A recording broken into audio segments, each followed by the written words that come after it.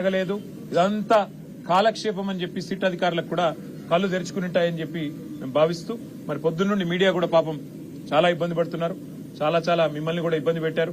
1000 మంది పోలీసులు పెట్టి మిమ్మల్ని నూకుతున్నారు, మా వాళ్ళని నూకుతున్నారు. అసలు 1000 మంది పోలీసులు పాపం ఆ కోటిలో దొంగతనాలు జరిగే కడవ 5గురున్నా దొంగతనాలు జరగవు. క్రైమ్ రేట్ పెరుగుతున్నది హైదరాబాద్ లో, వాటి మీద సోయి లేదు. ఎక్సైజ్ కానిస్టేబుల్లను గంజాయి స్మగ్లర్లు తొక్కుతుంటే సోయి లేదు.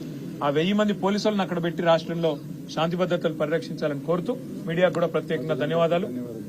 ముఖ్యంగా ఉదయం నుండి మా కార్యకర్తలు గ్రామాన ఈరోజు గర్జించారు, గ్రామాన మరి తిరగబడ్డారు. ఈ ప్రభుత్వానికి బుద్ధి చెప్పే విధంగా గొప్పగా పోరాడారు. సోషల్ మీడియాలో మా సోషల్ మీడియా వారియర్లు, అట్లాగే గ్రామాన మా కార్యకర్తలు, అట్లాగే ప్రతి పట్టణంలో కదందొక్కి మోటార్ సైకిల్ ర్యాలీలు, అట్లాగే రాస్తా రోకోలు, ధర్నాలు, నిరసనలతో హోరెత్తించిన ప్రతి ఒక్కరికి చేతులు జోడించి హృదయపూర్వకంగా ధన్యవాదాలు తెలియజేస్తూ మరి మళ్ళొకసారి మీడియాకు కూడా ప్రత్యేకంగా ధన్యవాదాలు. నమస్కారం.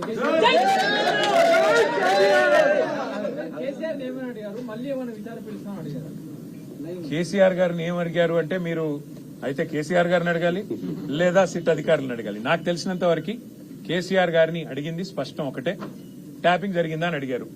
అలాంటిది ఏది జరగలేదు, అంతా బోగస్ సృష్టి అని చెప్పింటారు. ఎందుకంటే మమ్మల్ని అదే అడిగారు, బహుశా కేసీఆర్ గారిని కూడా అదే అడిగింటారని నేను అనుకుంటున్నాను.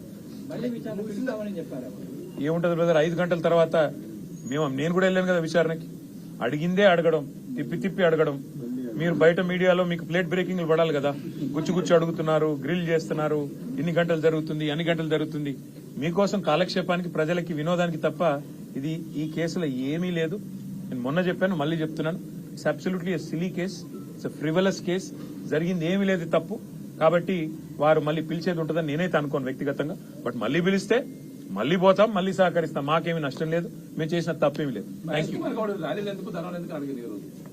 మహేష్ కుమార్ గౌడ్ గారిని నేను ఒకటే అడుగుతున్నా, రాహుల్ గాంధీ గారిని, సోనియా గాంధీ గారిని ఈడీ విచారణకు పిలిస్తే మరి రాజ్ భవన్ ముందు మీ ముఖ్యమంత్రి మీరు ఎందుకు పోయి ధర్నాలు చేశారు? మేము కూడా గందుకే ధర్నా చేశాం. మా నాయకుడిని మరి ఇక్కడ పనికిమాల విచారణల పేరిట పేల్చి వేధిస్తే, అది కూడా తెలంగాణ సాధించిన ఉద్యమ నాయకుడు, ఉద్యమ సూర్యుడు, ఆయన పట్టుకుని మీ పోలీసులు, మీ ప్రభుత్వ యంత్రాంగం వేధిస్తే డెఫినెట్ గా తెలంగాణ ప్రజలు, తెలంగాణలోని మరి తెలంగాణలో ఆయన గుండెలో నింపుకున్న వాళ్ళు బయటకు వస్తారు కదా, తప్పే ఉంది అందులో. కాబట్టి మహేష్ కుమార్ గౌడ్ గారికి నేను మళ్ళీ విజ్ఞప్తి చేస్తా ఉన్నా, మీరు సిట్ విచారణకు మీరే చైర్మన్ అయితే అదేదో ప్రకటించుకోండి. మీ బాధ నాకు అర్థం కావట్లేదు. రోజు ఆయనే మాట్లాడుతున్నాడు, సిట్టోళ్ళ కంటే ఎక్కువ. పోలీసు వాళ్ళు ఎవరు మాట్లాడతలేరు, ఓన్లీ మహేష్ గౌడ్, మంత్రులు. అదేదో మీరు పంపుతున్న ప్రశ్నలే ఉన్నట్టున్నాయి, అదేదో మీరే చెప్పండి బాహాటంగా, మేమే పంపుతున్నాం, మేమే నడిపిస్తున్నాం, ఇదంతా రాజకీయ కాలక్షేపం అని చెప్పండి, ధైర్యం ఏముంది. Thank you.